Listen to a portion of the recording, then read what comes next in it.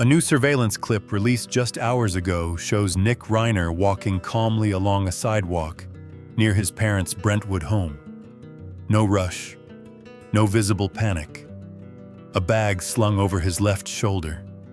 If you didn't know what was about to happen next, you'd never stop scrolling.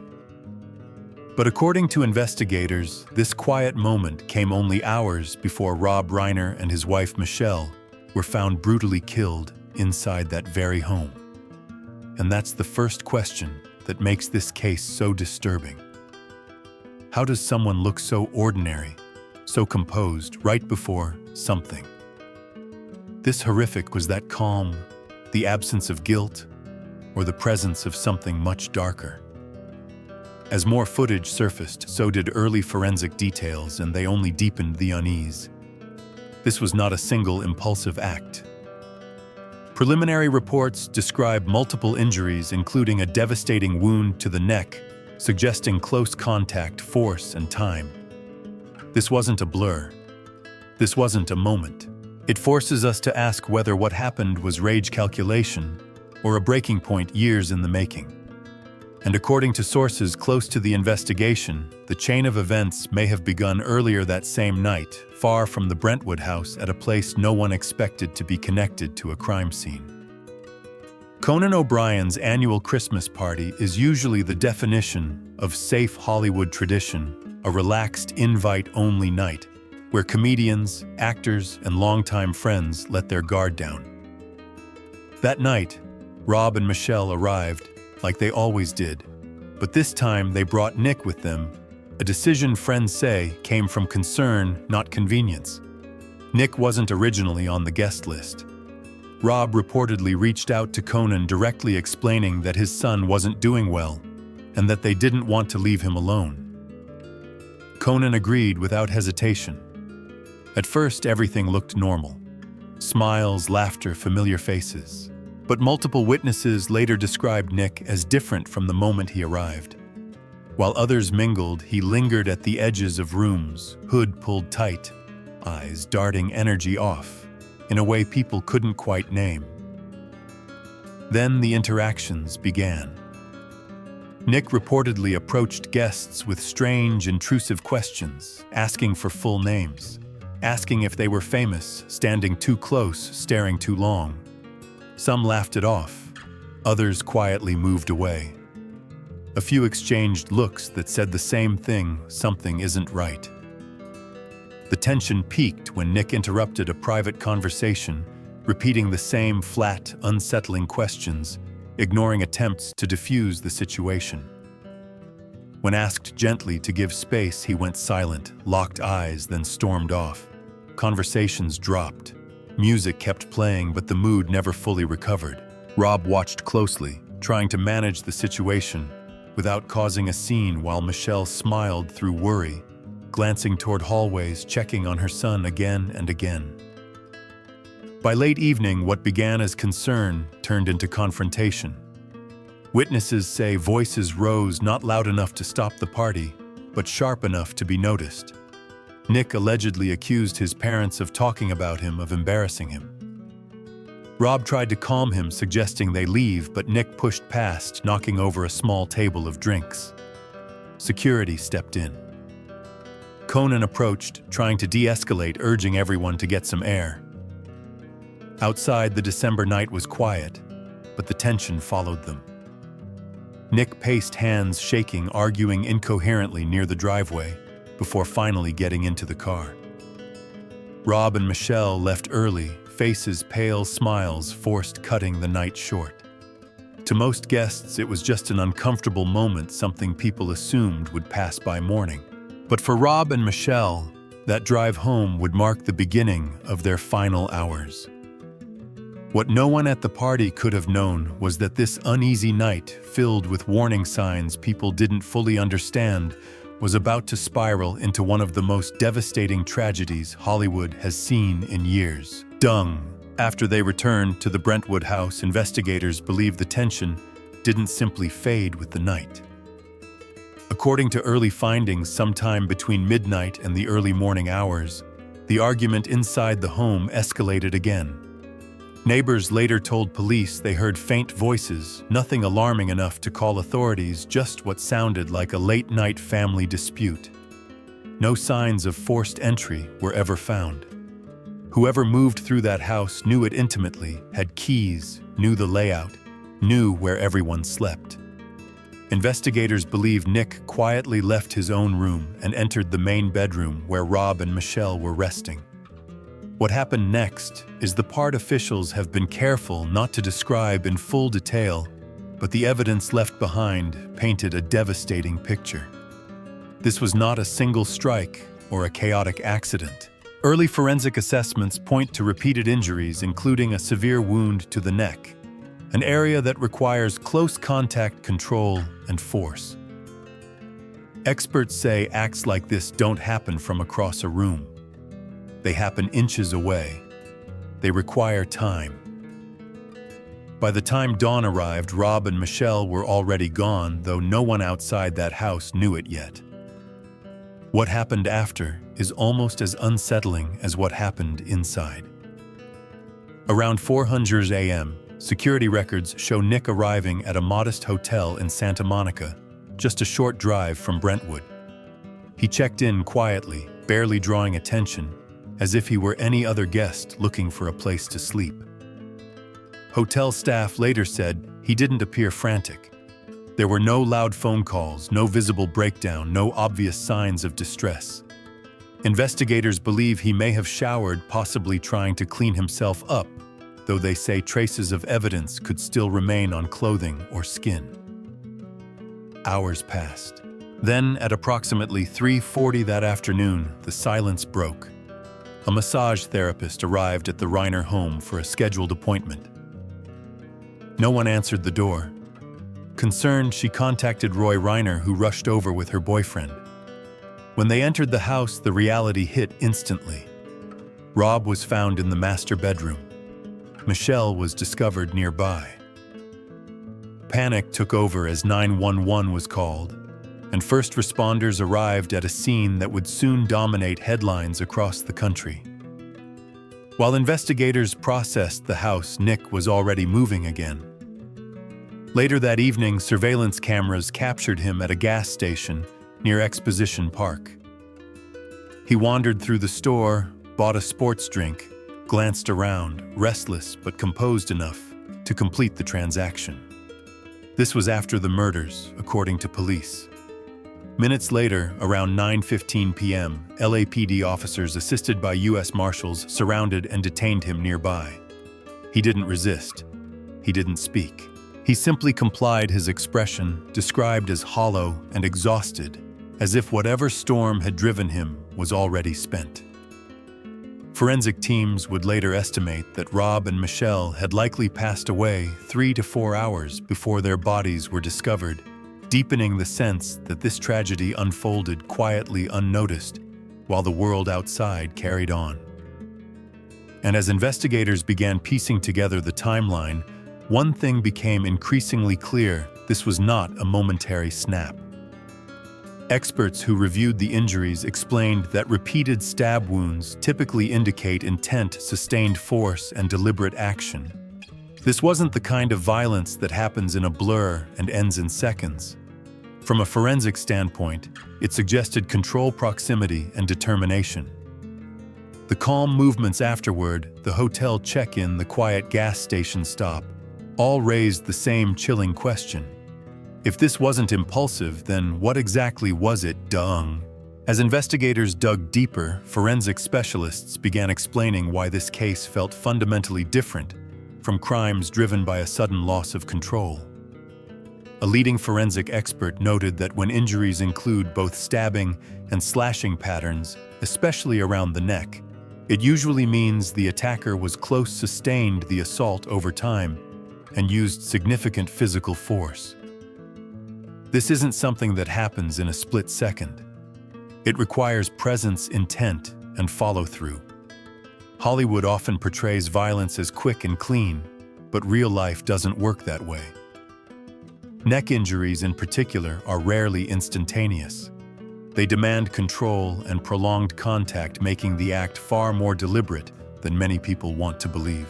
As disturbing as those details were, they weren't the part of the story that ignited the loudest public reaction. That moment came when attention shifted from what happened inside the house to what happened afterward, specifically how Nick Reiner was preparing to defend himself. His attorney, Alan Jackson, is one of the most powerful and expensive defense lawyers in the country, known for handling only the highest-profile cases. Legal analysts estimate that even at a reduced rate, a defense of this scale could cost $10 million or more. Almost immediately, the public began asking the same question: where was that money coming from? Nick didn't have a steady career or independent wealth. When reporters confronted Jackson outside court and asked who was paying the legal fees, he refused to answer. That silence only fueled speculation. Some wondered if Jackson had taken the case for exposure. Others suspected private backers. Then on December 18, 2025, multiple sources close to the Reiner family dropped a revelation that stunned even seasoned legal commentators. According to those insiders, the legal fees were allegedly being paid using funds from Rob and Michelle Reiner's own estate valued at roughly $200 million. The decision sources claimed came from surviving relatives who believed pursuing a defense centered on mental instability and diminished responsibility would be more humane than allowing the case to end in a life sentence without parole. Under California law, a person convicted of killing someone cannot inherit from their estate, but the law does not prevent estate funds from being used for legal defense before a verdict is reached. Technically, legal experts say, but morally explosive. To many, watching the idea that someone could defend themselves using the wealth of the very people they're accused of killing felt almost unbearable. It reframed the entire case, turning it from a tragic crime into a national debate about privilege, compassion, and where justice should draw the line. Dung! The controversy only deepened when Nick Reiner made his first appearance in court. He was brought in wearing a standard blue inmate uniform, his posture stiff, his expression distant. No live cameras were allowed inside the courtroom, a restriction that only added to the mystery and public fixation surrounding the case. Facing 2 counts of first-degree homicide with aggravating circumstances due to multiple victims, Nick stood beside Alan Jackson as the judge reviewed his rights. When asked whether he would waive his right to a speedy trial and allow the arraignment to be delayed, his response was brief and nearly emotionless. "Yes, Your Honor." That was the only time the public heard his voice. The hearing ended quickly, with the next court date scheduled for January 7, 2026, a date now circled across newsrooms and social media feeds nationwide. As legal experts began breaking down what that hearing could mean, attention shifted to the defense strategy taking shape behind the scenes. Many believe Jackson's team will lean heavily on Nick's long history of addiction and mental instability, but the law offers little comfort there. In California, voluntary intoxication does not excuse criminal responsibility. At most, it can slightly influence how intent is interpreted, and even that bar is extremely high.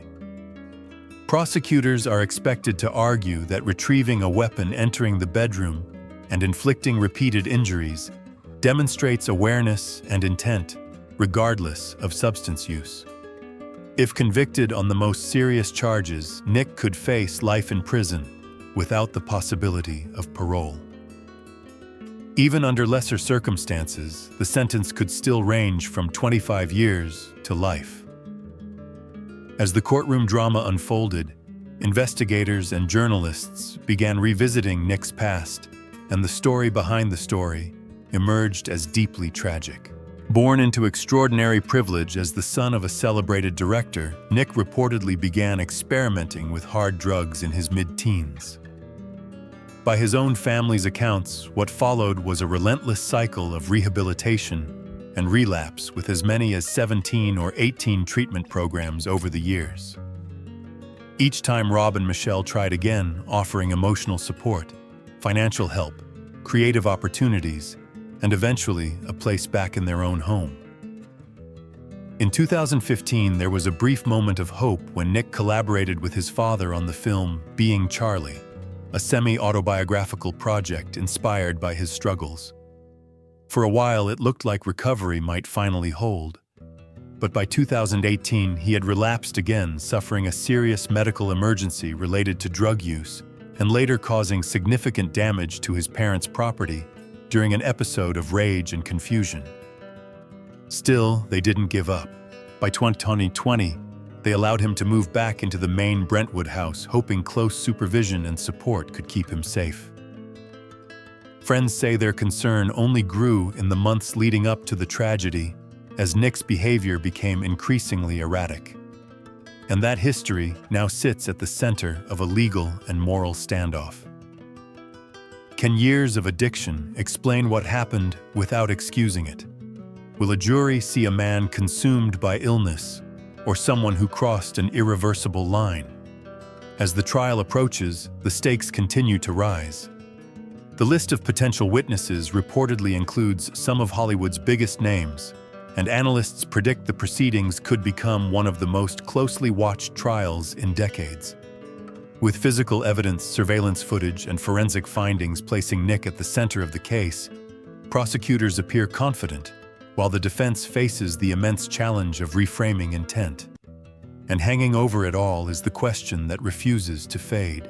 Were there warning signs that could have changed the outcome? Or was this always heading toward a point no one could stop as America waits for January 7th? This case forces a reckoning with uncomfortable truths about privilege, mental health, and the limits of love. What began as a quiet holiday gathering ended as a story that shattered a family and left a nation asking how something so devastating could unfold in plain sight. Dung! As the case continues to dominate headlines, the weight of it goes far beyond the courtroom. This is no longer just a story about a crime or even about a famous family. It has become a mirror held up to Hollywood and in many ways to America itself. Friends and colleagues of Rob Reiner have spoken quietly about their disbelief, struggling to reconcile the man they knew, generous, protective, endlessly loyal to his family, with the way his life ended. Michelle's friends remember her as warm, patient, and unwavering in her belief that Nick could get better, that love and persistence would eventually pull him back from the edge. In the days after the arrests, tributes poured in, followed almost immediately by uncomfortable questions. People began replaying that December night in their minds, the odd behavior at the party, the tension, the arguments, the moments that felt off, but not alarming enough to stop everything. Psychologists weighed in, calling it a perfect storm of addiction, untreated trauma pressure, and emotional volatility. Industry insiders admitted that erratic behavior is often dismissed in celebrity circles as eccentricity or artistic temperament, warning signs blurred by fame and familiarity. Now, with the benefit of hindsight, those moments feel painfully loud. As the trial date approaches, every detail is being re-examined, every silence reinterpreted. Was this tragedy preventable? Could a different decision, a different boundary, a different response that night have changed the outcome? Or was this the inevitable collapse of years of struggle that even endless resources and parental devotion couldn't fix? These are the questions that will hover over the courtroom when proceedings resume, and they're the same questions the public continues to debate online at dinner tables and in comment sections.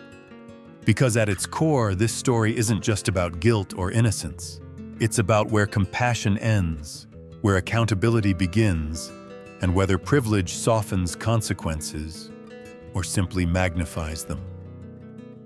We'll continue following every development as this case unfolds. And now we want to hear from you. Do you believe there were warning signs that should have been acted on sooner? And do you think using the estate to fund the defense crosses a line or reflects a family's final act of love? Let us know your thoughts and stay with us for updates, as this story moves closer to a moment that could change everything. What forensic experts focused on next is the reason investigators stopped describing this as a sudden emotional snap and began treating it as something far more deliberate. According to specialists who reviewed the early findings, the pattern of injuries matters just as much as their severity. When an assault involves repeated wounds, especially a combination of stabbing and slashing, it usually points to sustained force rather than a single moment of loss of control. These are not injuries that happen accidentally or from across a room. They require close proximity, physical control, and time. One forensic analyst explained that stab wounds tend to be deep and targeted, while slash wounds are longer and more superficial, and when both appear together, it often indicates an extended struggle rather than a brief outburst. The detail that unsettled many investigators most was the injury to the neck. Despite how movies portray it, injuries to that area are rarely quick or clean. They demand strength, intent, and prolonged contact, making them one of the clearest indicators that an attack was carried out knowingly and with purpose.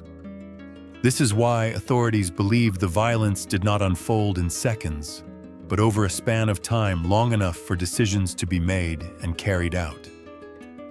From a forensic standpoint, that distinction is critical. It directly challenges any narrative that this was a fleeting lapse or a moment where reality slipped away. Instead, the evidence suggests control, repetition, and determination. And when those conclusions are placed alongside what happened afterward, the quiet exit, the hotel check-in, the calm movements caught on camera, it reinforces a chilling possibility. If the violence itself required presence and intent, then the calm that followed was not confusion, but composure. That realization is what shifted the case from tragic chaos into something far more disturbing. And it set the stage for the next revelation that would ignite public outrage in a completely different way.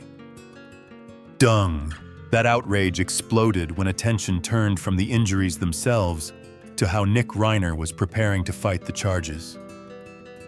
His defense attorney, Alan Jackson, is not just any lawyer. He's one of the most sought-after criminal defense attorneys in the country, known for taking on only the most complex and high-profile cases, and his reputation comes with a staggering price tag. Legal analysts estimate that even at a reduced rate, a defense of this magnitude could cost $10 million or more, possibly far higher, as the case drags on. Almost immediately, the same question echoed across media outlets and online forums. Where was that money coming from? Nick did not have a stable career or independent fortune of his own, and his past work amounted to small creative projects years earlier.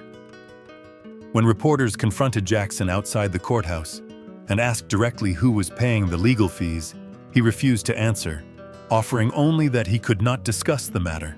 That silence poured gasoline on public speculation. Some believed Jackson might be taking the case for visibility. Others whispered about secret benefactors.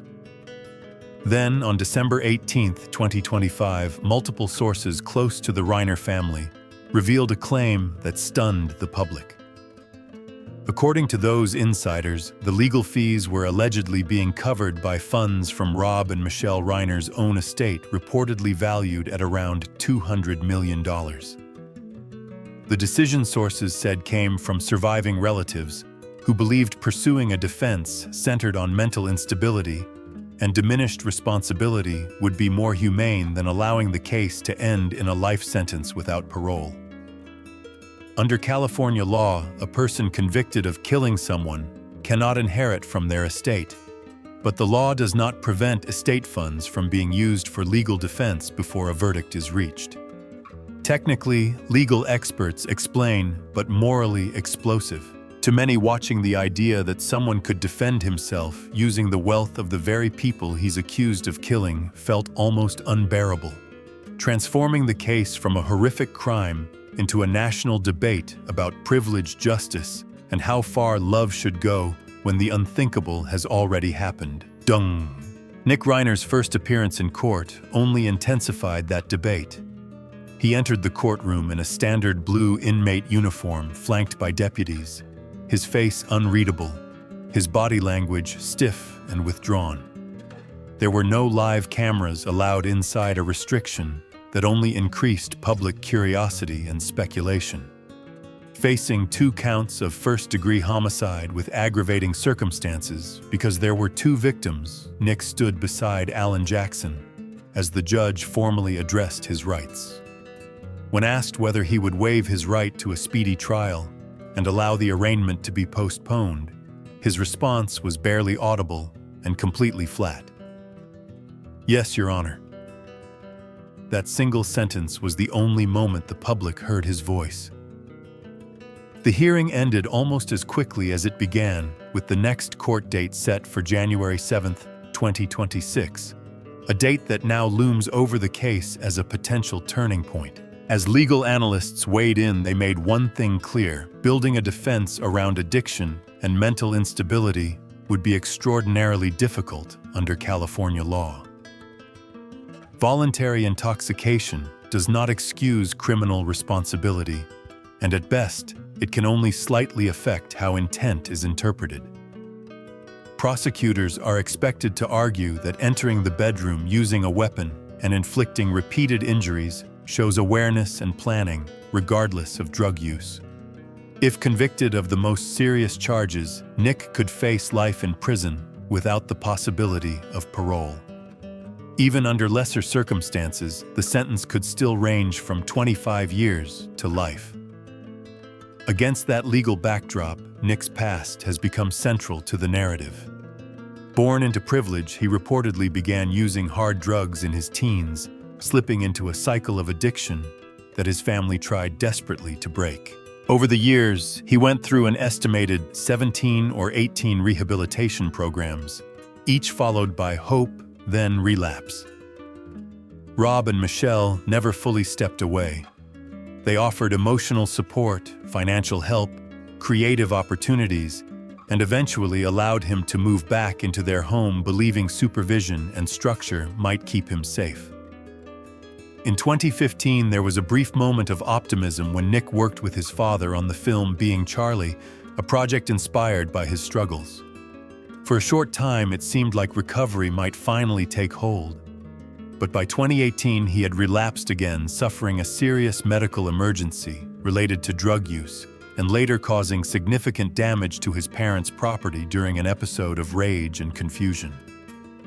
Still, they tried one more time. By 2020, Nick was back in the Brentwood house, but friends say his behavior grew increasingly erratic in the months leading up to the tragedy. That history now sits at the center of a painful question the trial will have to answer.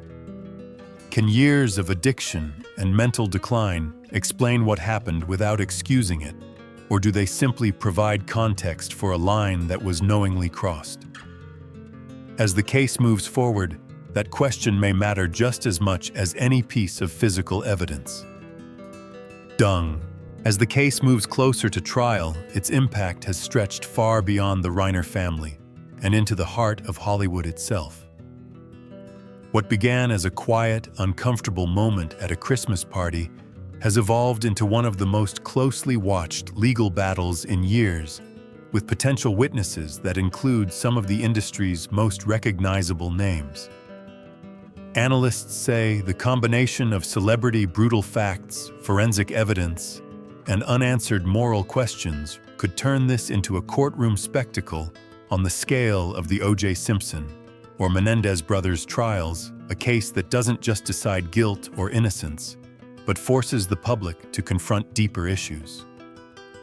At the center of it all is a man born into extraordinary privilege, surrounded by opportunity, support, and second chances, now facing the possibility of spending the rest of his life behind bars. Jurors, when the time comes, won't just be weighing evidence. They'll be asked implicitly to decide how much weight addiction carries, where compassion ends, and whether accountability changes when fame and wealth are part of the story. Friends of Rob Reiner have spoken about the unbearable irony of it all. A family that spent years trying to save their son, ultimately destroyed by the very struggle they never stopped fighting. Michelle's friends remember her belief that love could heal almost anything, a belief that now feels painfully human in hindsight. And that may be what makes this case resonate so deeply. It's not just about violence or celebrity, but about warning signs, ignored boundaries blurred, and the terrifying possibility that even endless resources can't always stop a downward spiral. As January 7th approaches, every new filing, every leaked detail, and every legal argument will be scrutinized, debated, and judged in real time by a public desperate for clarity. Was this tragedy preventable, or was it the inevitable result of years of instability that finally reached a breaking point? And when the verdict eventually comes, will it feel like justice, mercy, or something uncomfortably in between? Those are the questions hanging over this case now. Questions that won't disappear when the cameras turn off. Let us know what you think. Were there signs that should have changed everything? And should a family's love ever extend this far? We'll continue following every development as this story unfolds.